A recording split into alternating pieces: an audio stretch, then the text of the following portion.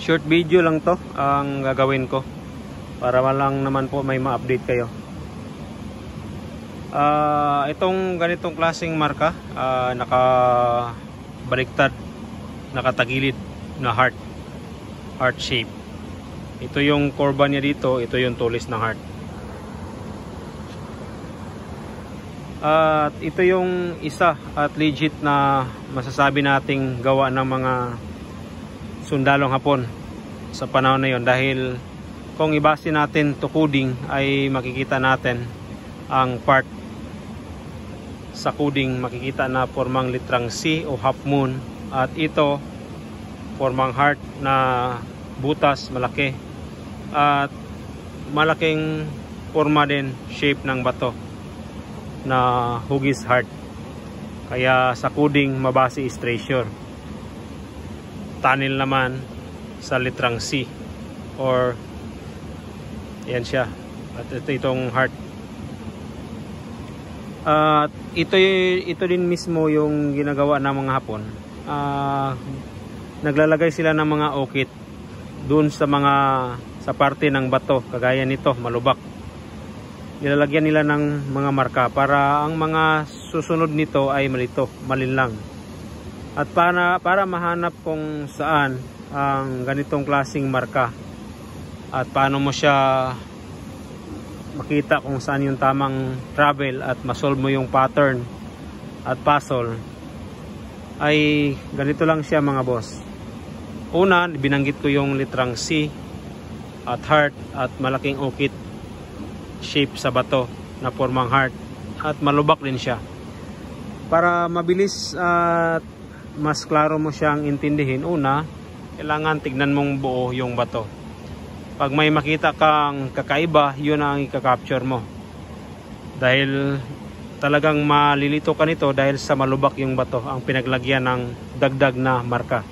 At yung ibang butas naman dito, pwede nilang ginawa nilang material para pwedeng hindi na sila mahirapan pa sa paggawa ng mga marka. So, ginagawang combination, puzzle at pattern. Pag magkasama na yan, tatlo na yan, mabilis mong makatch up kung saan yung travel. Ngayon mga boss, itong tinatayuan ko, ito yung rectangle shape. Bakit po may naka 45 degree na rectangle shape dito na para siyang BB Panchun, kabaong na maliit. Pwede siyang kabaong na maliit. At katabi niya yung heart. Ang iba dito, makintab, malinis yung bato. Ito lang yung mas rough siya mga boss, at kakaiba sa lahat ng bato dito. Para malaman at intindihin mga boss, kung sa coding mo ibase kasi, kung heart, pwede mo siyang hukayin direkta sa ilalim or basagin mo yung bato, kasi nasa coding ang pinapahiwatig doon is treasure. In, meaning sa heart is in, or meaning din is inside. So ibig sabihin, kung bibigyan mo ng mababaw na kahulugan yung in, pwede mong nasa loob, isipin mo nasa loob yung bato ang nakatagong giveaway, or inside na din sa loob ng bato, or under, kundi posibilidad na isipin mo nasa ilalim ng bato na to yung giveaway. Para sa aking pagsasaliksik mga idol, di po pwedeng direkta natin kukunan ng mababaw na dahilan o pag-iisip. Kung may makita kang ganito at ibase mo rin sa coding, ay i-compare mo, basagin mong bato at hukayin mo sa ilalim. Para sa akin is di pwede. Mas mabusisang pag-usisa mga boss para mabilis mong makatch up, at di sayang lang din yung marka na masira mo agad-agad. So ang una ko ginagawa, combination human face o animal face. So ngayon, hahanap lang tayo ng angle kung saan nagkukonekta siya gamit yung human face para mas klaro. Dito, una dito ko siya kukunin mga boss, kukunan ng angle ito. Kung nakita niyo yung malaking butas at doon sa ilalim, at ito kibali yung bibig niya, naka-combination siya, tao siya or hayop siya, nakatagili dito, naka-point sa tinatayuan ko. Ayan, ganitong angle mga boss. Ayan, tao siya. At para ma-confirm din at ito ba talaga tunay yung tinitignan niya, at ano yung kinakahulugan bakit dito siya nakatingin sa formang nicho. Kukuha din tayo ng ibang angle kagaya nito mga boss. Ito na part o angle. Ayan.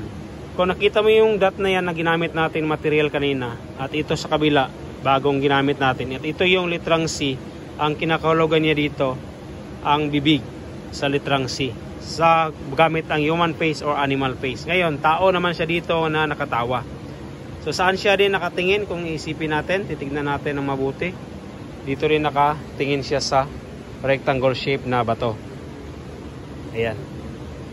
At kung kukuha pa tayo ng ikatatlong angle dito na parte, kung maghahanap pa tayo, ay imposible namang wala pa tayong mahanap na ikalawang angle.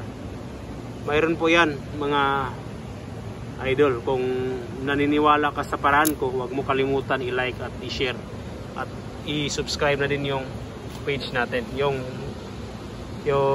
channel natin.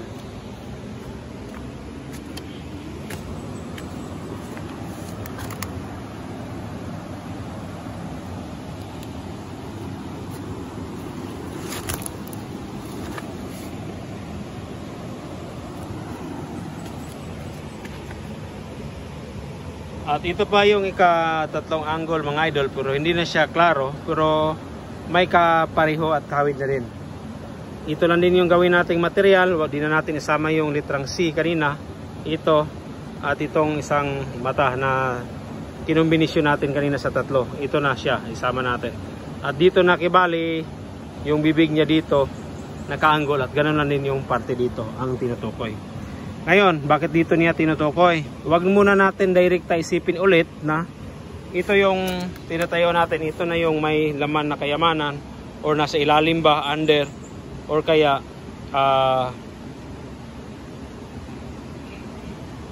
huwag muna natin isipin mga idol. So para intindihin natin ng mabuti, mas sisiyatin natin ng mabuti kung ano yung kinakahulugan na dito sa dot na to.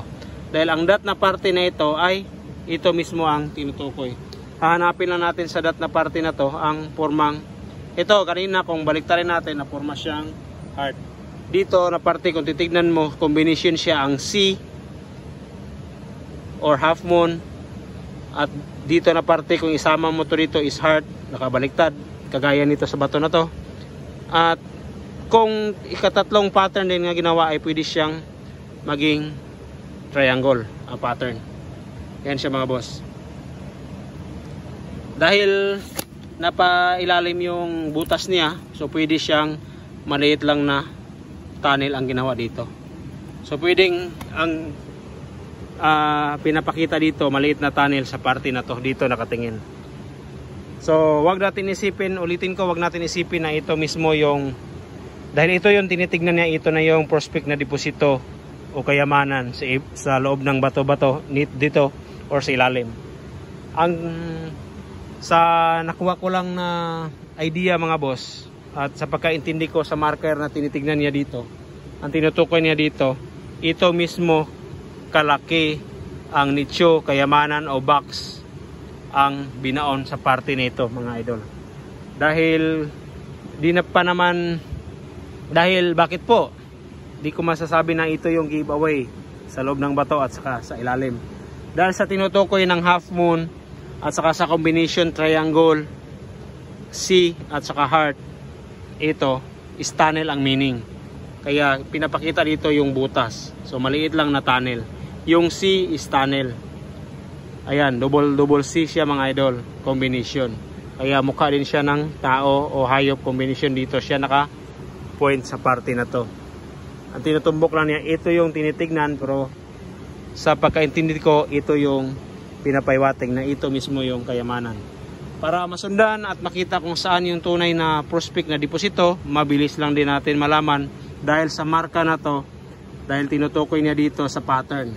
At ibang klaseng basa na din ang kukunan natin ng paraan para po matuntun yung saan yung tunay na litrang C pattern dito sa nicho o pancho na klase na to.